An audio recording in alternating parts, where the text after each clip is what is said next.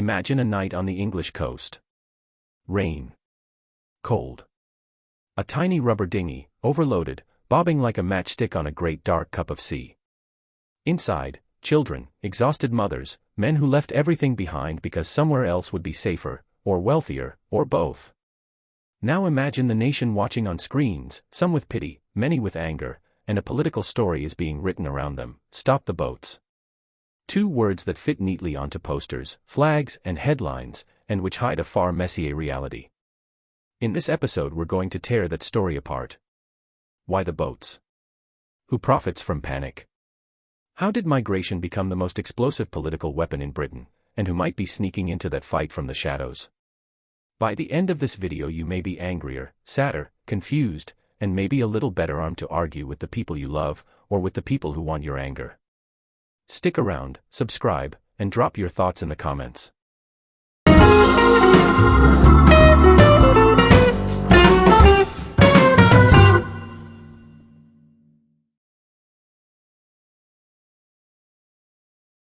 In this episode we'll cover 4 big threads. The human scale, who is moving, and why global forced displacement is rising. The channel and small boats, what the numbers really show, and why they matter to UK politics. How migration gets weaponised, by regimes like Belarus, by smugglers, by hostile disinformation campaigns, and by opportunistic politicians at home. Moral and geopolitical responsibility, the UK's role as an arms exporter and geopolitical actor, and what that implies for asylum and humanitarian duty. This is not an attack piece with only one side. I'll present the strongest arguments for tighter borders, then the strongest rebuttals. Expect uncomfortable facts and clear calls to action. If you want to debate, tell us what you think. Let's begin.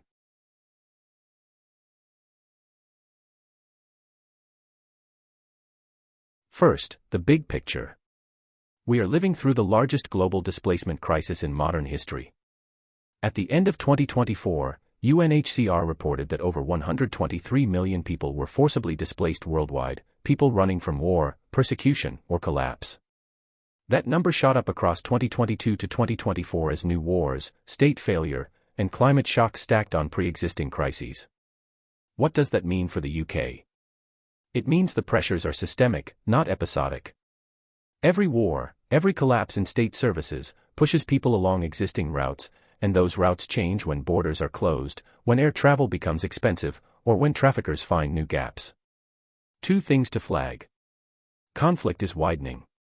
Ukraine, Sudan, the occupied West Bank and Gaza, Ethiopia, parts of the Sahel and now new hotspots all create waves of people seeking sanctuary. Climate and economic stress are growing push factors. Where livelihoods collapse, migration follows, first regionally, then internationally. Facts: more people displaced globally results in more people attempting irregular routes to safe countries. That's structural.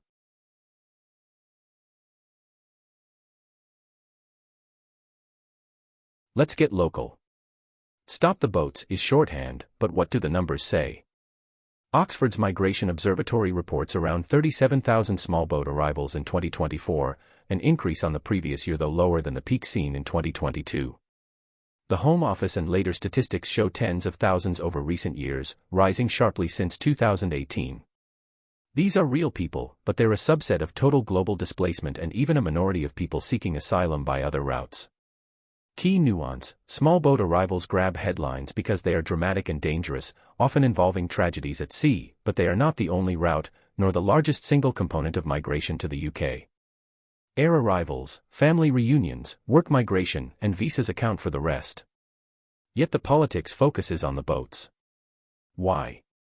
Because boats are visible, emotive, and easy to convert into a narrative. Borders are failing, chaos is rising, the government is weak. If your goal is to push a tough-on-migration agenda, you feed that narrative.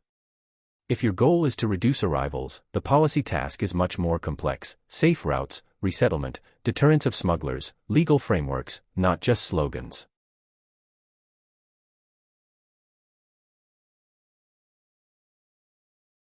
Not everyone on a boat is a refugee fleeing bombs. Some are fleeing persecution, others escaping economic collapse, and some are trying to reach family or work. Distinguishing genuine refugees from economic migrants is the job of asylum systems, a process that is inherently messy and slow. Common right-wing talking points, most of them are economic migrants. The rebuttal, many people's reasons are mixed. Persecution, economic collapse, and the threat of violence often blur into each other.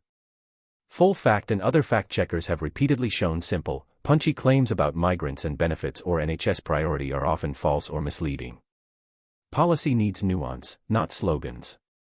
Also, asylum systems are backlogged, making it harder to tell the story clearly. When decisions take years, public frustration grows, and voices that simplify the truth win the microphone.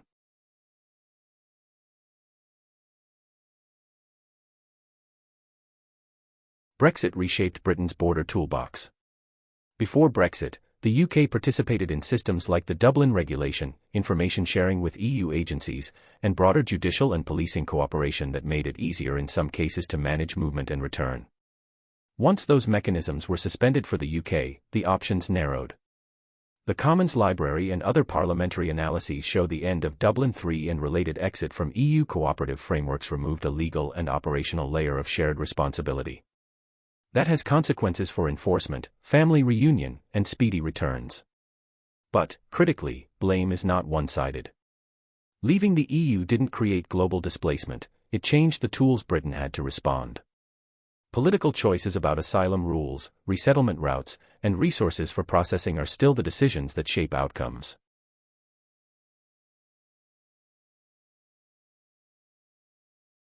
Weaponisation is the right word. States and political actors have learned that moving people can be a lever, to punish rivals, to create domestic political chaos, or to distract attention. Case 1, Belarus, 2021. The Lukashenko regime orchestrated flights and routes of people from the Middle East and Africa to Minsk, then pushed them toward EU borders. Lithuania, Poland, and EU institutions accused Belarus of manufacturing a crisis in retaliation for sanctions. Reuters and other news outlets reported how the Kremlin-aligned rhetoric and logistics fueled the crisis. This is a recent, clear case of migration being used as a geopolitical tool. Case 2, Libya and North Africa. Since 2014 to 2015, the collapse of order in Libya turned the central Mediterranean into a people-smuggling highway. Smugglers and traffickers exploit chaos. EU and UK policy responses, sometimes hasty, sometimes militarist, have repeatedly failed to remove the root causes. NGOs warn that any attempt to stop the boats without addressing regional instability and smuggling networks will only push routes elsewhere. Case 3, Disinformation and influence operations. Beyond physical pushes, there are information pushes. EU versus Disinfo documents outlined Kremlin-linked narratives that exaggerate migrant threats, stoke fear, and erode support for Ukraine or for Western alliances. Disinformation campaigns amplify incidents, weaponize images, and create the sense of a tide. This has been a core strategy in hybrid warfare: make people doubt their governments, their media, and their neighbors. These tactics converge: physical movement plus online amplification equals a potent political weapon.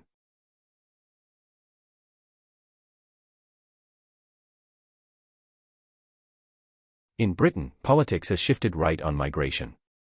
Parties and figures from conservative hardliners to Reform UK and street activists like Tommy Robinson have harnessed anger around migration for political gain.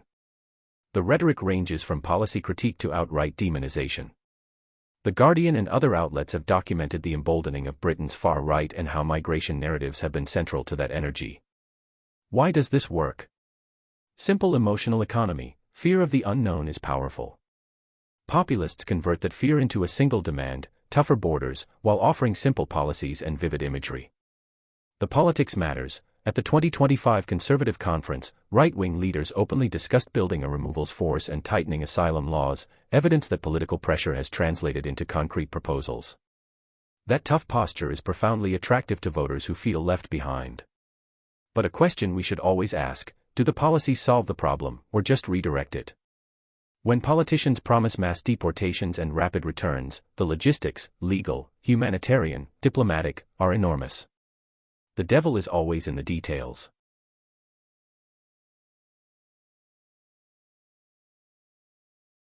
Let's talk about misinformation. Claims like, asylum seekers get priority NHS care, or 1 million migrants on benefits, circulate on social platforms and sometimes in broadcast segments. Full fact, Reuters and other fact-checkers have repeatedly debunked the worst claims. Yet the myth sticks because it feeds a story: migrants are undeserving and a burden. That story is persuasive even when false. Who amplifies these myths? Sometimes fringe actors, sometimes mainstream outlets chasing easy headlines, sometimes politicians. Fact checks get fewer clicks than outraged hot takes. That's a media ecosystem problem more than a migrants problem.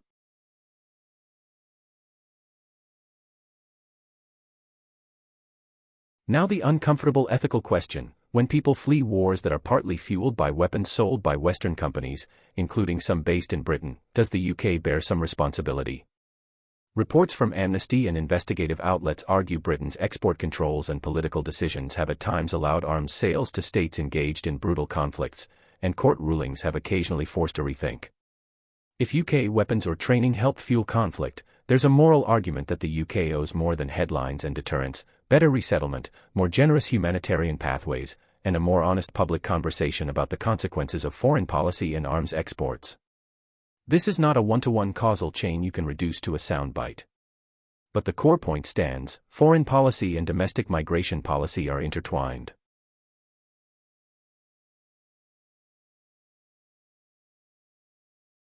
So what actually works? Evidence suggests multi-pronged approaches.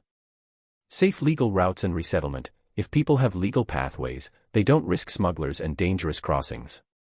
Resettlement also takes pressure off irregular routes. Targeted regional diplomacy: stabilizing transit states and supporting local asylum capacity reduces cross-Mediterranean flows. Disruption of smuggling networks: intelligence, policing and international cooperation arrest the traffickers, but also cut off their business models, not only by arrests but by reducing demand. Honest public messaging and media literacy: governments and major outlets must resist simplistic narratives. Fact-checking matters. Full Fact and other charities play key roles. Each policy has costs and political trade-offs, but the worst answer is slogans that pretend to make the problem vanish.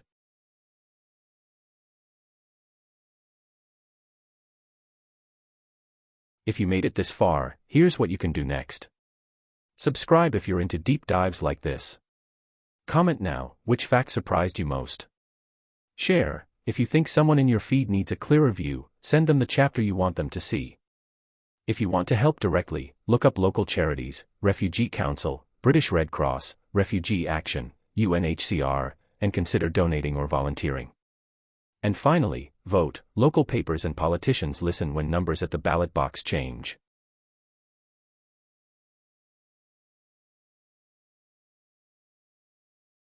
Here's my final frame: not a policy point but a moral thought experiment. Imagine your city is under attack, occupied, shelled, your home burned. You have two options: stay and fight, or flee and ask a stranger nation for shelter. If you fled, what would you hope for? If you stayed, what would you want your neighbors abroad to do? If it were your family on that tiny dinghy, would you judge them or hope someone took them in? This is the question we should ask before we let ourselves be led by fear. If the UK were invaded tomorrow, would you want other countries to stop the boats or to open the doors? Think about that. Tell me in the comments. Be honest, be brave, and read the sources if you want the real numbers.